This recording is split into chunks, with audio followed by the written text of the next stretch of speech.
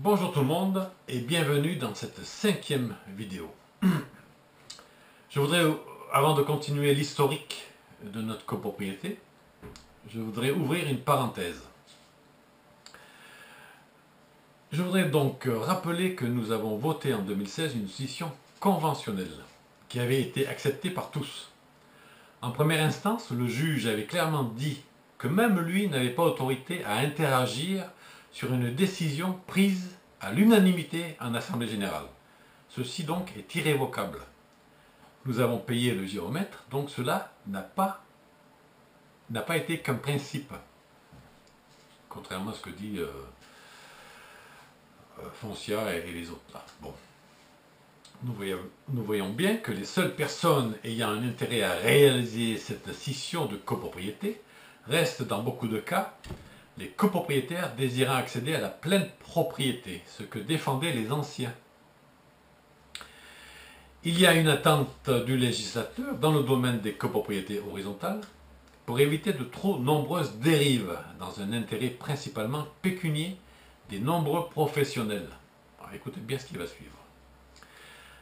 La copropriété dite horizontale n'a pas de fondement légal. C'est une arnaque juridique et une pratique de certains lotisseurs aidés par des notaires souvent pas trop regardants pour éviter l'application de règles d'urbanisme, entre parenthèses lotissement, densité, prospect, etc.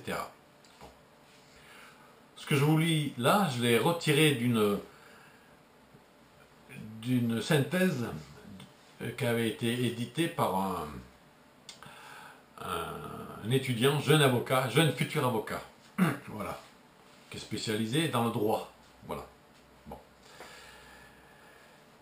Alors, à la réflexion, les promoteurs et les notaires, avec la copropriété horizontale, ont inventé la prison à vie, sans remise de peine.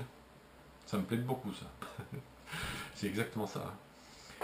Le législateur a pourtant fait évoluer la réglementation dans l'objectif de réduire le contournement du lotissement, sans interdire la réalisation de copropriétés horizontales qui présentent pour les copropriétaires une impression de liberté, mais qui cache une indivision avec des règles à respecter. La majorité de la pratique tend aujourd'hui à éviter ce montage juridique. La scission de copropriété apparaît comme une solution permettant de dissoudre la copropriété horizontale, mais implique une cohésion des copropriétaires. Le promoteur, en esquivant les règles d'urbanisme et en créant une copropriété horizontale, peut décider lui-même de la surface minimale des parcelles et ainsi construire plus de maisons sur sa parcelle initiale. Par ce procédé, le promoteur sera en mesure de vendre plus de lots que s'il avait réalisé un lotissement et par conséquent réalisera plus de bénéfices. Ils sont malins, hein? Bon.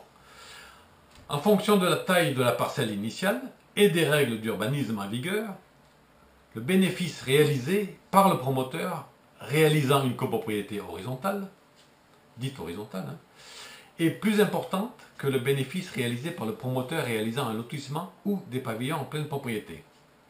Lorsque le promoteur fait valider par un notaire ou un géomètre expert son montage juridique, les différents acteurs, ils sont tous de connivence, hein, seront gagnants financièrement. On comprend bien, on comprend mieux maintenant. Hein. Bon. Le notaire va percevoir un pourcentage de recettes par lot de copropriété horizontale vendue. Il pourra également rédiger et publier le règlement de copropriété, ce qui a un coût. Le géomètre expert réalisera l'état descriptif de division, ce qui génère des frais. Un syndic doit aussi être engagé pour administrer la copropriété, ce qui génère une fois de plus des frais pour les copropriétaires. Bon. La loi Allure impose désormais l'intervention de diagnostiqueurs avant toute vente d'un lot. Il s'agit du diagnostic de performance énergétique, etc. etc. Bon. Nous comprenons bien le commerce caché derrière toutes ces opérations. Un véritable business, quoi. et que nombreux sont donc les acteurs qui ne souhaitent pas voir les copropriétés horizontales disparaître.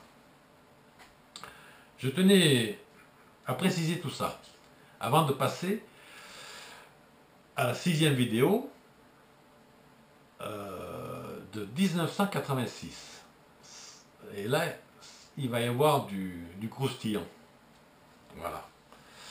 Alors, si vous voulez plus d'infos sur les textes de loi, je vous redonne le lien d'un site intitulé « Tuer copropriété horizontale ». Ce lien, je vais le mettre en dessous de la vidéo. Vous pouvez cliquer dessus et là, vous avez de quoi lire. Hein. Il y a beaucoup de choses. Je l'avais lu entièrement, il y a déjà quelques années, ça, en arrière. Et donc, ça m'avait permis de comprendre beaucoup de choses.